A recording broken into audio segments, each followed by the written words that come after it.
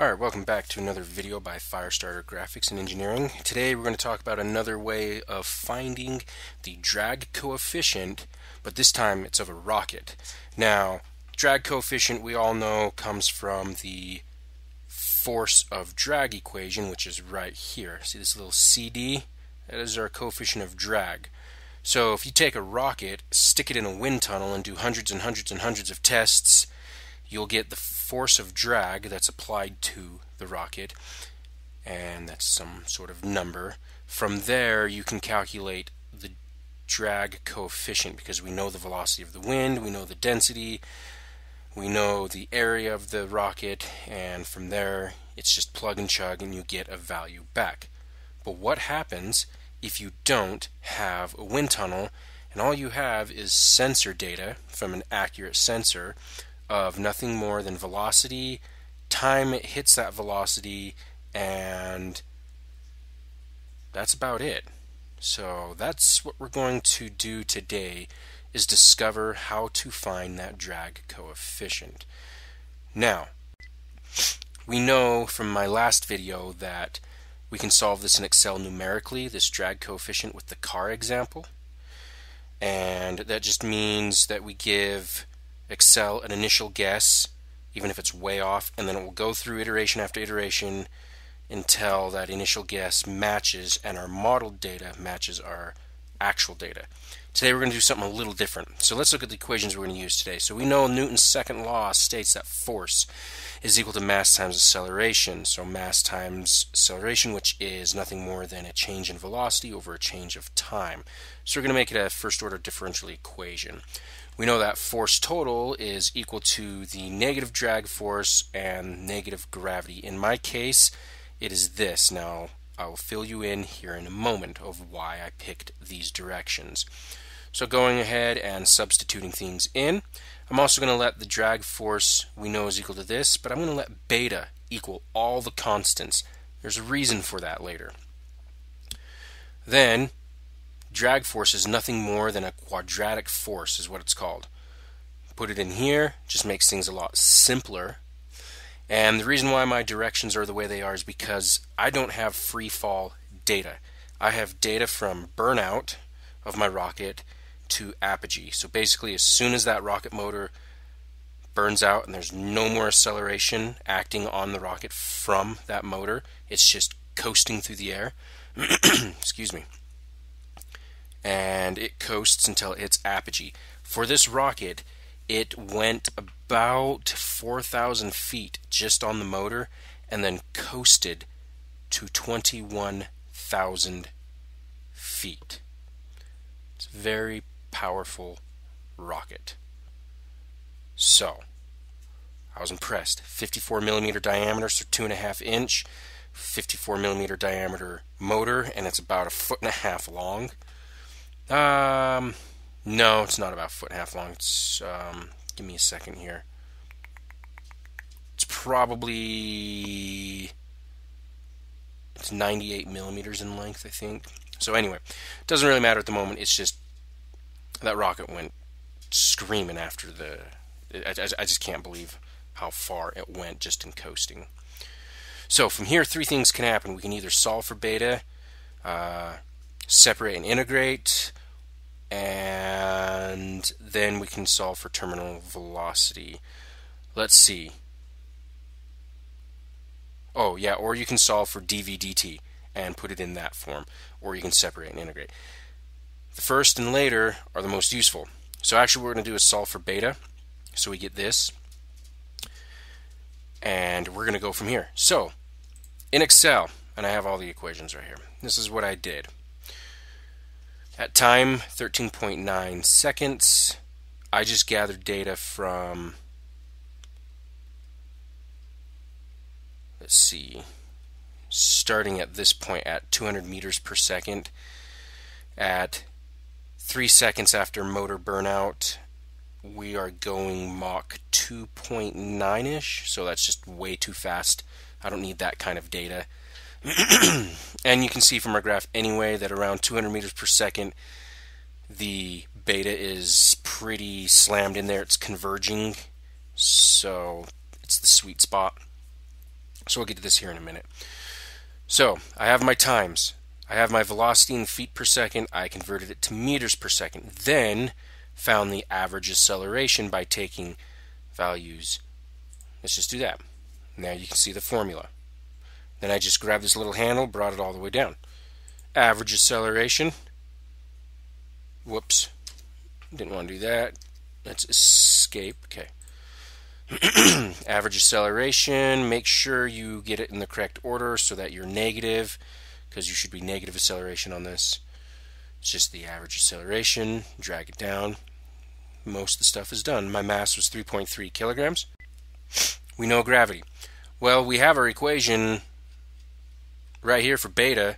So dv dt is just nothing more than acceleration. Plug it in, do the thing, drag it down, we get beta. Okay, so now how do I get the drag coefficient? Well, okay, we know that beta is all of these constants, so plug in rho, area, 1/2, we know our beta value, and then just algebraically solve for drag coefficient. So right here, therefore drag coefficient is this. For example, our b value of this became 0.67 for the coefficient of drag, which if we go right here, you can see. And then we just copied this formula all the way down.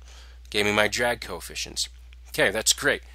So then what I did was created a new chart, and this was for a range of 300 values. So let's just click it, and you can see the range for 300 values. Now if you do too many values, it's going to look like a single flat line. So I suggest not doing it for too many. This was for 253 values. Oh, come on, there we go. And you can see that same thing. And so I like the 300 values because it's telling me at 200 meters per second we are converging with beta. So that means the drag coefficient is going to be pretty, I don't want to use the word constant, but pretty average, roughly the same for everything right there. So where is, at 200 meters per second, where is that? That's the top one. Okay, so everything, yeah, is staying right around, as you can see, the 0.67, which is where this is at. Okay. So then, terminal velocity. This is another equation. I don't know if I have that written down here. Maybe I do. Oh yeah, here we go. Okay, so now we can use terminal velocity. You can use whatever terminal velocity equation you want. Here's a free body diagram.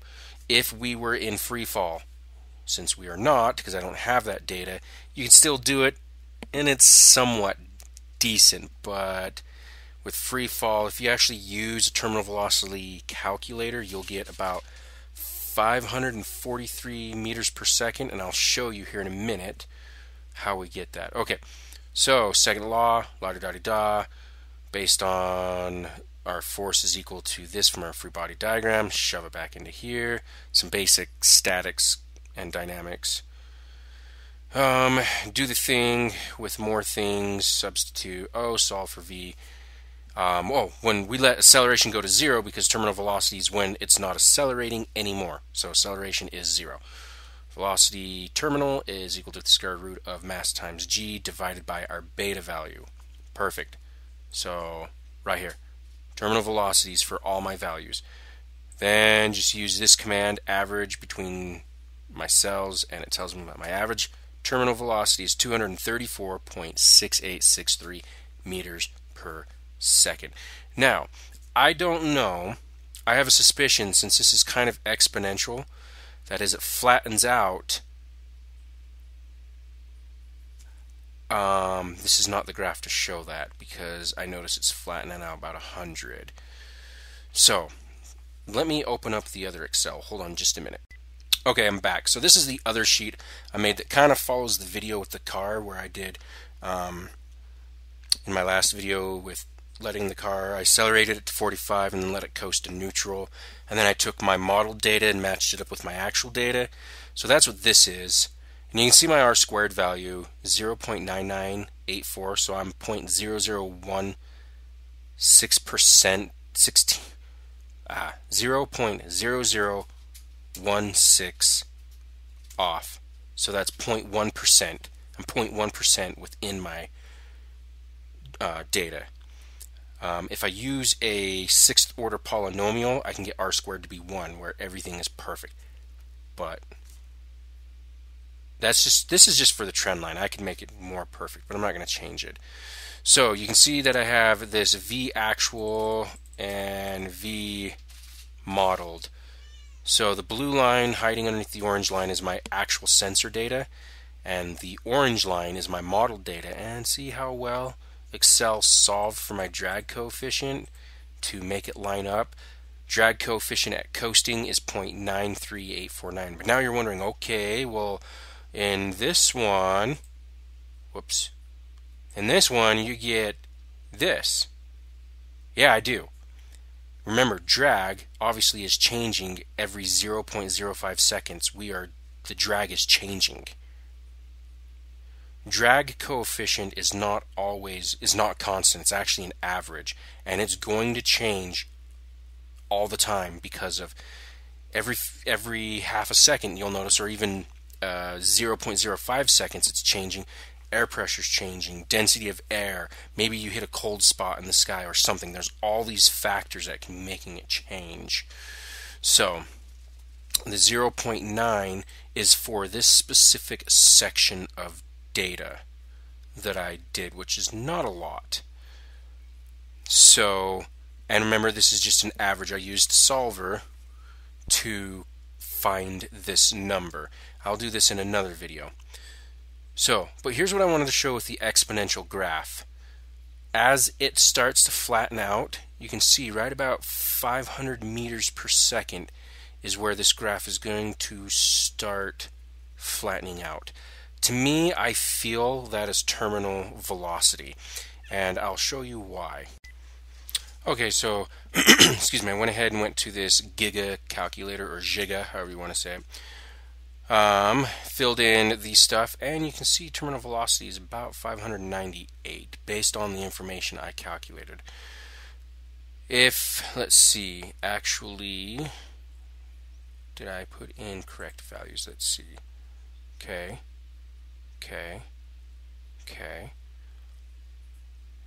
Now, I'm just going to increase this a little bit to match Black Rock, Nevada, where the rocket was launched. Okay, 526.76 meters per second. So my theory is, since that's where this is starting to flatten and curve out, that the exponential, as it converges down the bottom, that's where your terminal velocity is. It's just my theory. I don't know how true that is. So anyway, next video we'll be talking about how I created this, but it's pretty much the exact same as my last video with the car. The only difference is I used data from burnout to apogee, and then I flipped it. I flipped the velocity so it was descending, not what do you call it? Going from 0 seconds up or whatever. I just flipped it from highest height down. The data would work the other way, just the graph would be opposite. So I just prefer mine to look like this. And then I did the drag coefficient at launch without flipping the data, and you can see how it works. And the drag coefficient is 2.1, which makes sense because it's so freaking fast with so much acceleration. Where's my acceleration? Like 454 at launch. Just, that's a lot of acceleration. So yeah, not too bad. So thank you for watching, and I hope you guys learned something.